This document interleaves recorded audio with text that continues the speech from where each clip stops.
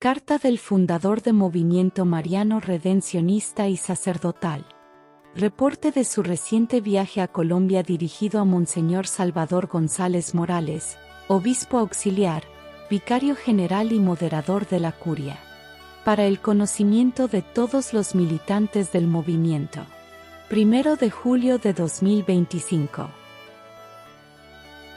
Ciudad de México, a 1 de julio de 2025. Excelentísimo Monseñor Salvador González Morales, obispo auxiliar, vicario general y moderador de la Curia.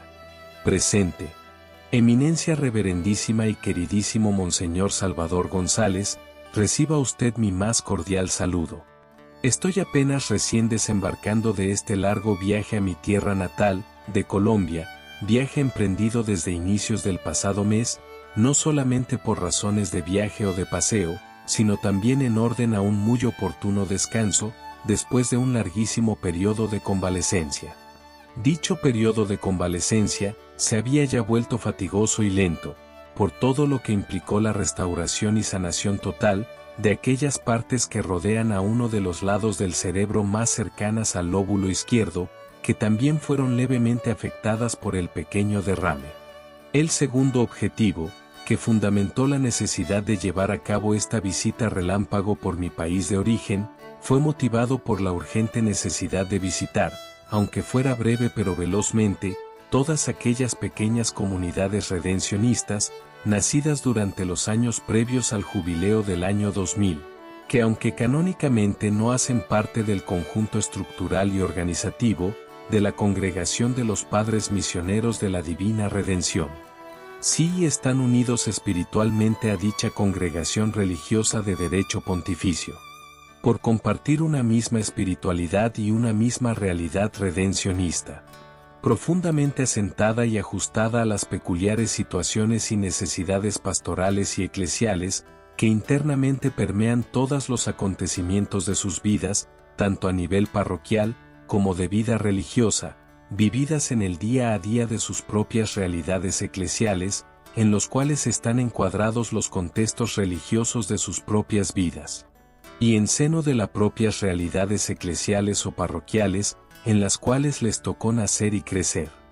La vida de estas comunidades está caracterizada por un mismo parentesco espiritual y orgánico, derivado de la espiritualidad redencionista de Jesús, Divino Redentor, en las que estas pequeñas comunidades nacieron y crecieron, unidos bajo un mismo anhelo de redención divina, pero siempre compaginando perfectamente con las disposiciones y realidades pastorales, coordinadas totalmente por las mismas disposiciones pastorales y eclesiales de sus propias líderes religiosos, y en las cuales están enlazados desde la más tierna infancia de su humilde pero sencillo nacimiento, muy propio de las necesidades culturales y pastorales, en las que a dichas pequeñas comunidades les tocó nacer y crecer durante todos estos años, que antecedieron y precedieron al gran jubileo del año 2000. En los días de esta visita relámpago a todas estas pequeñas comunidades, pude constatar con inmensa alegría, que no obstante el que ya hayan pasado varias décadas desde que yo los dejé, ellos han sabido mantenerse en la actitud de una total adhesión a las disposiciones locales y pastorales de sus propios párrocos, y su tránsito por distintos planes y proyectos pastorales. Todos ellos han seguido fieles al ideal religioso de una total redención divina y humana sustentada por las disposiciones de sus propios líderes religiosos, diocesanos y territoriales, provenientes de las jurisdicciones eclesiales, pastorales a las cuales pertenecieron, desde cuando nacieron como pequeñas comunidades con espiritualidad redencionista, y como movimientos religiosos y eclesiales perfectamente insertados dentro del engranaje eclesial de sus propias realidades personales,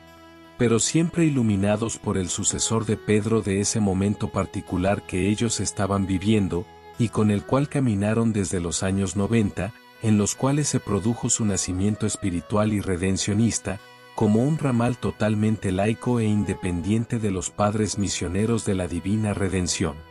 Todas estas pequeñas comunidades no tienen ninguna estructura jurídica y canónica, además de las disposiciones canónicas asignadas por la autoridad de la Iglesia, para los distintos movimientos laicales, que a pesar de su camino armonioso y orgánico dentro del seno de sus propias iglesias particulares, estas personas no tienen más prerrogativas que aquellas otorgadas por la Iglesia Universal a los distintos movimientos laicales.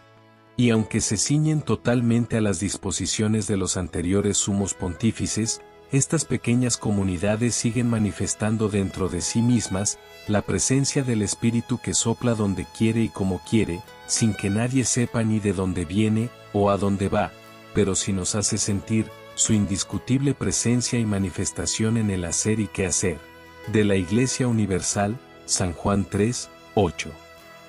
En los breves recorridos llevados a cabo durante los pasados días del mes de junio, pude constatar que en el corazón de estas pequeñas comunidades, nunca ha desaparecido el anhelo reanimador de que la redención divina y el anuncio del Evangelio llegue a todos los rincones del mundo, e impere y redima todas nuestras realidades temporales, desde su más temprana infancia, hasta alcanzar el pleno desarrollo cultural y religioso. De una iglesia que respira y sobrevive con todos sus pulmones espirituales, de una iglesia universal, el aire de una total sintonía pastoral entre sus hijos y pastores, y hacia el amadísimo sucesor del apóstol Pedro, bajo cuyo feliz pontificado les tocó nacer, vivir y crecer. Todos aclaman y vibran animados, por la fascinante pero serena presencia del actual sucesor de Pedro, el Papa León XIV, quien cual ángel de paz, con tempel decisivo y fuerte, guía la navecilla de la Iglesia, que navega por el mar de este confuso mundo, sumergido por las tempestades y borrascas de todo tipo. Todos sometidos obedientemente al sumo pontífice en turno, todos estos pequeños grupos vibran con el pontífice actual que, cual nuevo ángel de paz e instrumento dócil del divino Redentor, guía la barca de Pedro, que como la estrella radiante de la mañana, navega sacudida tantas veces por las olas del desasosiego, que actualmente turba y bambolea la paz de muchos de los hijos de la Iglesia, también ellos sacudidos por rumores de guerras y calamidades, Mateo 24, 8. O por tempestades internas y externas, que turban su caminar hacia Cristo Rey de Reyes, y Señor de Señores y Divino Redentor, principio y fin de nuestra historia, Apocalipsis 1, 8. También deseo someter a la consideración de su eminencia, que la razón principal del pasado viaje a mi patria natal fue nutrido y motivado, por una atenta súplica dirigida a quienes coordinan los servicios de salud del pueblo colombiano, para que se llevara a cabo una minuciosa revisión de mi situación de salud, profundamente marcada por el evento del pequeño derrame de sangre, ocurrido en el lado izquierdo de mi cerebro, el pasado 25 de septiembre, durante las horas de la mañana. Mientras atravesaba la ciudad de Cuautla, Morelos, rumbo a la Ciudad de México, con la intención de ir a cerrar todo compromiso de representación legal, con los padres misioneros de la Divina Redención, cuestión esta, que ya había sido acordada con mi obispo, como principal requisito para poder asumir sin ningún tipo de obstáculos la parroquia Nuestra Señora del Perpetuo Socorro, que me había sido asignada. No podía asumir dicha parroquia ubicada en la segunda zona pastoral, sin antes haber cerrado totalmente cualquier compromiso jurídico y legal con los misioneros de la Divina Redención. La parroquia que me había sido asignada estaba dentro de la segunda zona pastoral, pero yo no podía asumir el nuevo cargo, programado para el lunes siguiente al miércoles, en el cual sucedió el fatídico evento, si antes no cerraba cualquier compromiso de tipo legal y jurídico con los padres misioneros de la Divina Redención. El segundo motivo que animó mi viaje a tierras colombianas fue el tema de mi salud. Fui a pedirle a los especialistas colombianos que investigaran y corroboraran o corrigieran mi tratamiento médico.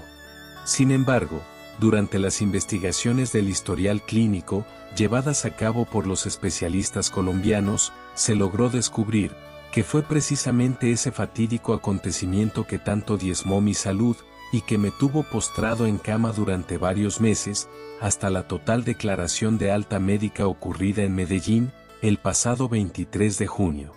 Se pudo comprobar que lo que me salvó de una cirugía corrupta, en la cual se pretendía retirarme de una forma abusiva y malintencionada todo el músculo del pecho que rodean tanto la tetilla izquierda como la derecha, fue precisamente ese fatídico evento. El grupo de especialistas colombianos capitaneados por el destacado Dr. Luis Fernando Villa, neurólogo y especialista psiquiátrico, pudo descubrir que la planeación de la ya mencionada cirugía, programada para ser realizada por el Dr. Carlos Vieira, era totalmente innecesaria y corrupta. Y sin ninguna motivación diferente a la de proporcionarle un ingreso de dinero adicional al ya mencionado doctor y a otras autoridades corruptas de la empresa aseguradora del clero identificada como Fratesa. El fatídico acontecimiento del derrame cerebral, ocurrido en la parte izquierda del cerebro, fue el instrumento usado por Dios para liberarme de esa cirugía corrupta, programada para esa misma semana, en la cual ocurrió la pequeña embolia cerebral. Una minuciosa investigación de los chequeos llevados a cabo, durante los días que antecedieron al fatídico derrame cerebral, acaecido en la ciudad de Cuautla, durante las horas de la mañana del 25 de septiembre pasado, justo en el preciso instante en que el resto del clero se preparaba para iniciar la última sección del curso sobre el trato a los menores y a personas en situaciones vulnerables. Fue el acontecimiento del derrame cerebral el que me liberó providencialmente de esa cirugía corrupta, planeada para ser llevada a cabo por el Dr. Carlos Vieira, la que me llevó a liberarme de esa cirugía corrupta y malintencionada del Dr. Carlos Vieira. Talmente mi situación particular de salud, de los sistemas de salud mexicanos, para la atención de la salud del clero y de la vida religiosa. La decisión de los médicos colombianos fue tomada a raíz de que yo hice algunas aclaraciones ante los sistemas de salud colombianos, por situaciones relacionadas con mi salud, donde efectivamente se lograron corroborar actos de corrupción al interior de los médicos asociados con la empresa aseguradora de la salud mexicana para la atención del clero. Después de una revisión minuciosa de mi situación de salud, los especialistas colombianos lograron descubrir que 1. El pequeño evento cardiocerebral padecido por mi persona fue identificado como una situación providencial que milagrosamente me libró de una cirugía innecesaria, mediante la cual el Dr. Carlos Vieira pretendía extraer los dos músculos izquierdo y derecho, que rodean tanto la tetilla izquierda como la derecha del pecho. La cirugía había sido programada y agendada para los días más cercanos a la primera quincena del mes de septiembre. Los médicos colombianos no encuentran otra causa a la cual atribuir la necesidad de dicha operación, pues los ya mencionados músculos están en perfecto estado, sin mayor crecimiento que el atribuible a un uso abusivo por parte mía, de proteínas que, de no ser usados con cautela y prudencia, podrían causar aumentos innecesarios en la masa muscular. El hecho de programar innecesariamente una cirugía, tanto en México como en Colombia, son considerados actos delictivos de corrupción, que generalmente se castigan con cárcel y con suspensión de la cédula profesional del médico que resulte culpable. Los médicos colombianos, después de haber sustraído mi caso de los sistemas de salud mexicanos, han logrado comprobar que, de no haber sucedido el providencial evento del pequeño derrame, yo me hubiera encontrado en esos momentos del evento, realizando los trámites y protocolos necesarios para dicha cirugía, que de haber sido llevada a cabo, no hubiera servido más que para aumentar los ingresos económicos del cirujano Dr. Carlos Vieira. Pero Dios, que mueve la historia y las situaciones de cada individuo, según sus designios y no según las ambiciones de los seres humanos, quiso que precisamente en esa hora, yo estaba cayendo desvanecido en un restaurante Vips en la ciudad de Cuautla, Morelos. Los médicos colombianos, capitaneados por el doctor neurólogo y destacado cirujano, Luis Alfredo Villa, se dieron a la tarea desde principios del pasado mes de junio, de revisar meticulosamente los métodos usados por el médico Christopher Mader, nombrado por Fratesa para atender mi caso como médico tratante.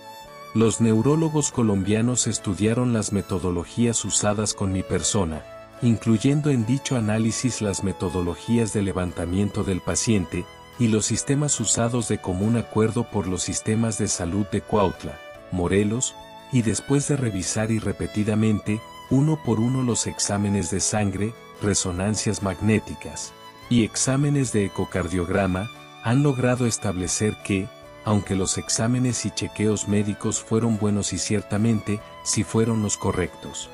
No obstante, que los especialistas colombianos tampoco saben a qué motivo atribuir la extensión del periodo de convalecencia, más allá de los tiempos determinados para un total restablecimiento del paciente. En el caso de mi persona, los médicos colombianos consideran que hubo nepotismo profesional al asignar el ya mencionado paciente a los cuidados de terapia y evaluación cognitiva del paciente a la doctora Nina Mansur. La corrupción y el interés por un aumento de ingresos económicos ha entrado en la iglesia a través de Fratesa, que actualmente se encuentra invadida por médicos que no desaprovechan la menor oportunidad de usar las enfermedades de sus pacientes para pagar favores recibidos por compañeros de estudio, o para asignaciones innecesarias de pacientes a sus amigos y compañeros de carrera médica. Los médicos colombianos, en base a los exámenes de revisión y análisis del paciente en cuestión, han determinado que la postergación del periodo de convalecencia, por un periodo superior a los 6 meses, cuando después de 5 meses, mi cerebro ya había obtenido una total cicatrización de la parte cerebral afectada, y un reemprendimiento de todas sus funciones cognitivas y profesionales. Fue un acto de corrupción y nepotismo profesional del Dr. Christopher Mather, hacia su amiga la doctora Nina Mansur. Los especialistas colombianos consideran que esas sesiones de trabajo médico de la doctora Nina Mansur no eran necesarias. Porque para el 6º mes de convalecencia, mi cerebro ya había obtenido una total cicatrización de los tejidos afectados por el pequeño derrame de sangre, y ya había reiniciado todas sus operaciones cognitivas relacionadas con mi trabajo ministerial y profesional. De acuerdo con las indagaciones y estudios llevados a cabo por el nuevo médico tratante asignado por el Sistema de Salud colombiano, el comportamiento del Dr. Christopher Mather obedeció a un acto de corrupción y de nepotismo, para con su amiga la doctora Nina Mansur. Los médicos colombianos, capitaneados por el Dr. Luis Fernando Villa, han procedido a repetir y revisar meticulosamente todos los estudios y exámenes clínicos, llevados a cabo bajo la dirección del Dr. Christopher Mather, y después de un minucioso estudio del tratamiento realizado en México, han procedido a emitir un acta de alta de salud definitiva, con pleno reconocimiento de mi persona, como una persona totalmente capacitada para llevar a cabo las actividades inherentes a su ministerio y a sus funciones profesionales administrativas. A petición mía, no se procederá a realizar las respectivas denuncias legales ante la autoridad competente, pero sí, se emitirá un certificado de alta definitiva, totalmente válido para la reincorporación de mi persona, en todas sus actividades ministeriales y profesionales, relacionadas con el ministerio de los presbíteros y su desempeño profesional y administrativo. El otro motivo de esta carta dirigida a su eminencia, es para deslindar totalmente mi situación de salud, de la enfermedad psiquiátrica de bipolaridad del padre Carlos Rodríguez. El padre Carlos Rodríguez padece de esa enfermedad psiquiátrica conocida como bipolaridad desde hace más de 23 años. Fue responsabilidad del padre que se desempeñaba como canciller arquidiocesano en ese momento, padre Juan de Dios Olvera, y de quienes conformaban el Consejo de Gobierno del señor Cardenal don Norberto Rivera, en ese preciso momento, el haber admitido a la incardinación definitiva una persona con esos padecimientos psiquiátricos.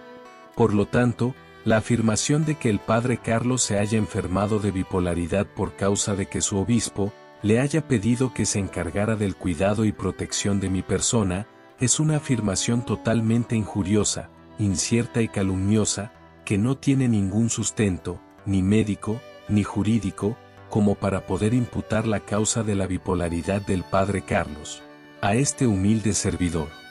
Se despide de su excelencia, este humilde siervo de la sierva del Señor, suplicándole que de ser posible, me conceda la oportunidad de una entrevista con usted, donde se me permita expresarle mis opiniones acerca de mi próximo chequeo médico y de las disposiciones emitidas por los médicos colombianos que tuvieron el encargo de reasumir mi situación de salud.